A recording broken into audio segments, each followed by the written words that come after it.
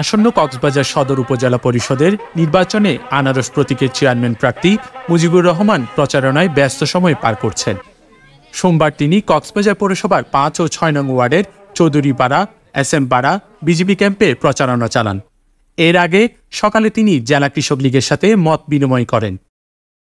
এ সময় মুজিবুর রহমান বলেন, কে কাকে সমর্থন দিয়েছে সেটি দেখার বিষয় নয়।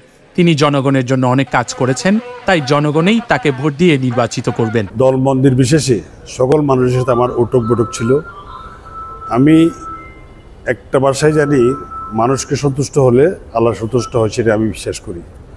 আল্লাহকে সন্তুষ্ট করার জন্য আমার মা বাবার দোয়ায়ে আমি এই পর্যন্ত এসে সক্ষম হয়েছি। আমি জীবনে কোনোদিন পরাজয় হই নাই, আমি পরাজয় কোনোদিন মেনে নিতে পারি নাই। আল্লাহ এটা কবুল করে দিয়েছে যে আমি জনগণের দোয়ায় আমি বেশি আসব। আমি সাগর পাড়ি দিয়ে আমি পার হতে পারবো ইনশাল্লাহ। এই সাগর পার হওয়া খুব কঠিন হলেও আমার জন্য খুব সহজ হবে, কারণ জনগণ আমাকে ভোট দেবে।